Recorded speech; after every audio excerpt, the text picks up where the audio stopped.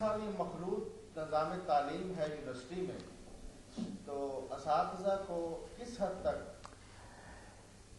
اس نظام تعلیم میں اپنے آپ کو محفوظ رکھنا چاہیے؟ محفوظ تو جتنا رکھ سکتے ہیں بیچارے رکھیں، مگر کیا کریں۔ مولانا یہ وضاحت کریں کہ یہ ایجوکیشن سسٹم جو ہے یہ غیر اسلامی ہے، اسلامی ہے یا کیا ہے؟ ہاں یہی بات اصل میں تو یہ بات ہے کہ یہ سارا نظام تعلیم جو ہے نا یہ ہے غیر اسلامی۔ مخلوط غیر مخلوط تو الگ رہا نا، یہ سارا نظام تعلیم جس کی بنیاد الحاد اور کفر پر ہے۔ اس میں اللہ کا نام اگر آ جاتا نا، چیمہ صاحب یا کوئی پروفیسر اپنی طرف سے کبھی اللہ رسول کا ذکر کیا، ان کی اپنی مہربانی ہے، ورنہ انہوں نے نامرادوں نے ایسا نظام تعلیم بنایا کہ اس میں بھول کر بھی نہ خدا کا ذکر آئے نہ بالکل کفر اور الحاد کی تعلیم۔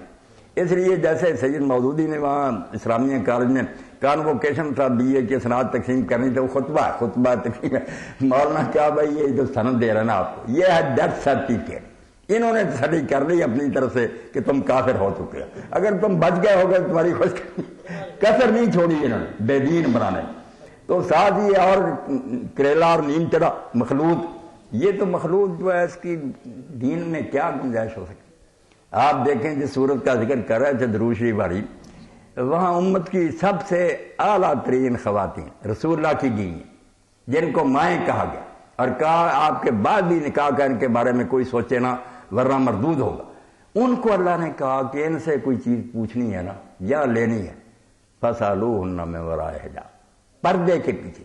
اور وہاں جو اللہ نے تشخیص کی کہ ان کے دل بھی اور تمہارے دل بھی پاک رہنے کا ایک ہی طریقہ، یعنی رسول کی بیویاں جو اللہ کا کہا ان کے دل بھی اسی حالت میں پاک رہیں جب ان کے ہاں خطرہ ہے کہ کھلم کھلا میل ملاقات اور دل پاک نہیں رہ سکتے، تو ہم کون ہیں؟ تو یہ بہانے ہی بناتے ہیں یہاں سے اوپر ہی کہ نہیں آدمی کو اپنے پر کنٹرول ہونا۔ آپ بچے سب جانتے ہیں، استاد بھی جانتے ہیں، یہ منہ کی باتیں۔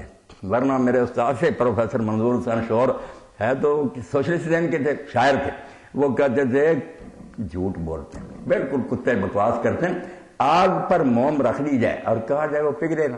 جیسے یہ ناممکن ہے عورت مرد جب بالغ اکٹھے ہوں گے سہاری نہیں پیدا ہوتا کہ انہیں آپس میں ایک دوسرے کی طرف کشے نہ، تو جھوٹے منافقوں کی کوئی بات نہیں، اوپر سے کہتے رہیں گے اور جب موقع ملے گا لڑکیاں اغوا کر کے لے جائیں گے، بدماشیاں سب کو آپ دیکھ ہی رہے، اخبار پڑھے پڑے۔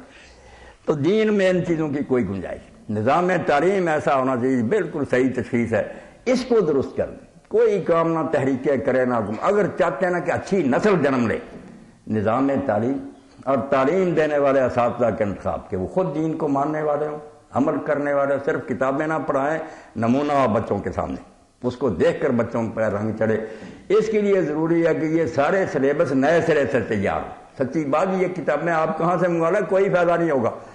ایسے علوم تیار کیے جائیں، کیمسٹری اور فزکس اور جغرافیہ اور تاریخ کی بنیاد میں دین رچا ہوا کہ اللہ ہے، رسول ہے، آخرت ہے، اس میں اس طرح سمو دینا کہ آپ پڑھ جغرافیہ رہے، اس میں ہی نظر آئے گا کہ جو زمین کو چلا رہا اور اس نے یہ سامان کیے ہیں، کہیں پہاڑ ہیں، کہیں آبشاریں کیوں بنائی۔ جب حکمت نظر آئے گی آپ بالکل دعائی دیں گے کہ واقعی یار ہم اس کمرے میں جغرافیہ نہیں پڑھ رہے، قرآن پڑھ رہے ہیں۔ جی